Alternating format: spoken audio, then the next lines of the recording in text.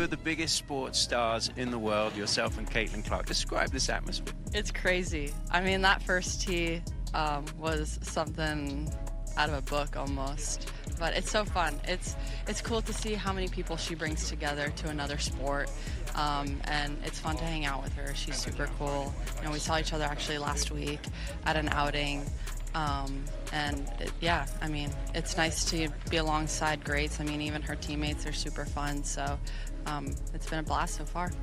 So Caitlin Clark hits the golf course, and bam, the LPGA does what the WNBA couldn't. In 24 hours, they made Caitlin feel valued, appreciated, like the generational talent she is. What's crazy is it took a whole different sport to show the basketball world how this should have been handled from day one. Cambridge and the LPGA Tour are so smart in doing this because they pair up Caitlin Clark with Nelly Korda, who was the #1 player in the world until this summer. She suffered an injury. And Lauren Wynn, who is also playing on a sponsor's exemption, just turned pro. She was a 2-time All-American at Northwestern. So not only are people going to see Caitlin Clark and get to enjoy that and all the buzz around it, but they're also going to see the product itself, which are these professional female golfers like Nelly Korda, like the future of the game in Lauren Wynn. So it's a really smart way to tie it all together. Caitlin Clark brought a couple of her teammates, Lexi Hall and Sophie Cunningham, to be her honorary caddies.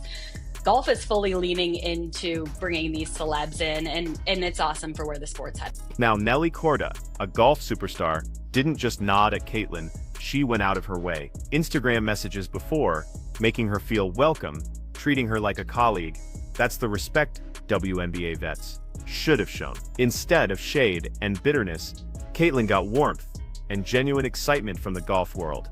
Korda even said how amazing it was to see Caitlin's impact firsthand. The WNBA needs to watch and learn. Bad.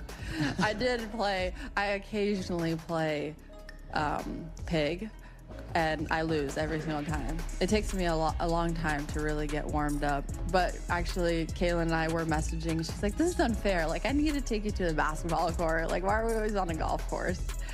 So maybe one day, but it's pretty bad. I would definitely like to use some pointers. I don't know if it's like the shot. I think it'll be more of like the movement for me. Nelly, like any youngster, right to Instagram. This is her Instagram story.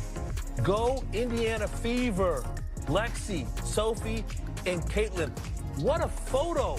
A lot of star power in Bel Air outside of Tampa at the Annika. And then you've got Annika Sorenstam, an absolute legend who organized the whole thing. She personally thanked Caitlin for showing up, even with her crazy schedule. She knew what Caitlin's done for women's sports, called her an inspiration. Annika didn't have to do any of that. Caitlin wasn't even a pro golfer. The thing is, Annika understands that when someone lifts your sport, you celebrate them, not tear them down out of jealousy. Meanwhile, Maria Fassi walked up to Caitlin just to say thanks for what she's doing for sports. Let that sink in. You're inspired by me. Just yeah, putting them straight back. yeah, I need to stop spending time with you. I actually kind of figured it out when we played last week.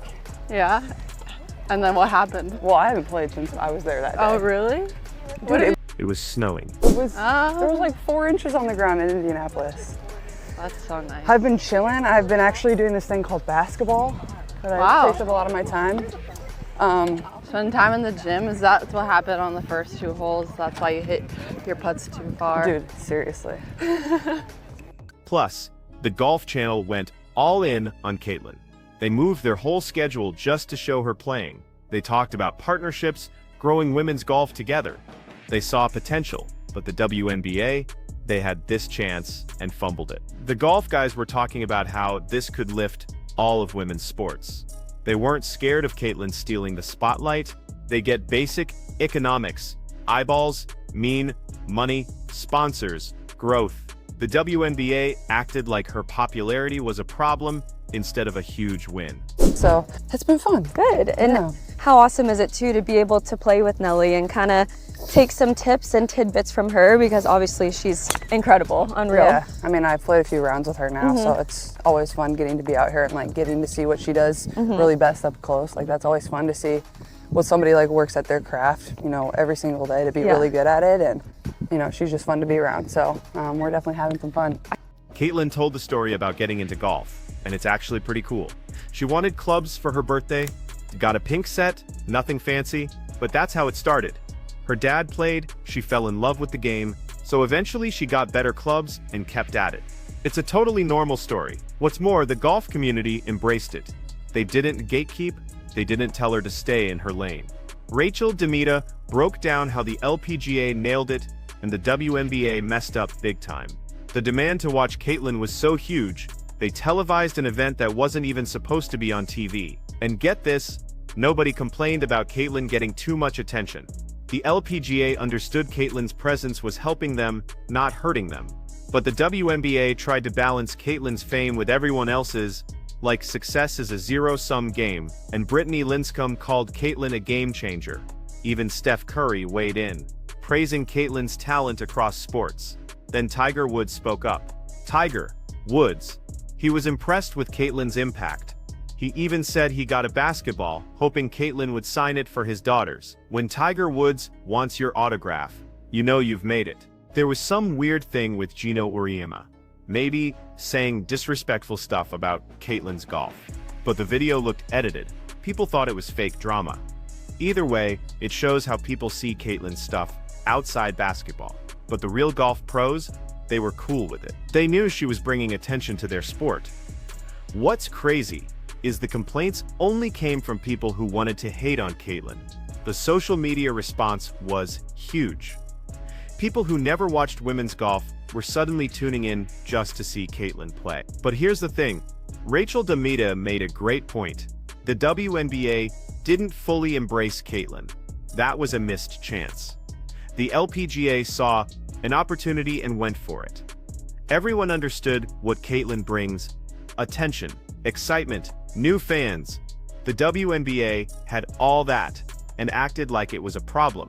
They focused on internal stuff instead of growth. It's how you waste a chance. And it's frustrating because Caitlin never asked for special treatment.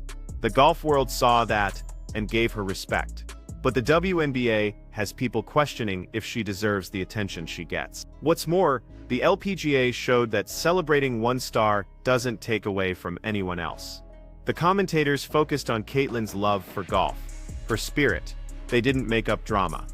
The whole thing shows that Caitlin Clark is special. She makes people care about women's sports who never cared before. The golf world got it.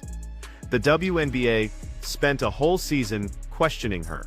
One league saw opportunity, the other saw problem. One league celebrated her, the other made excuses. The LPGA gave us a blueprint. The WNBA has no excuse anymore.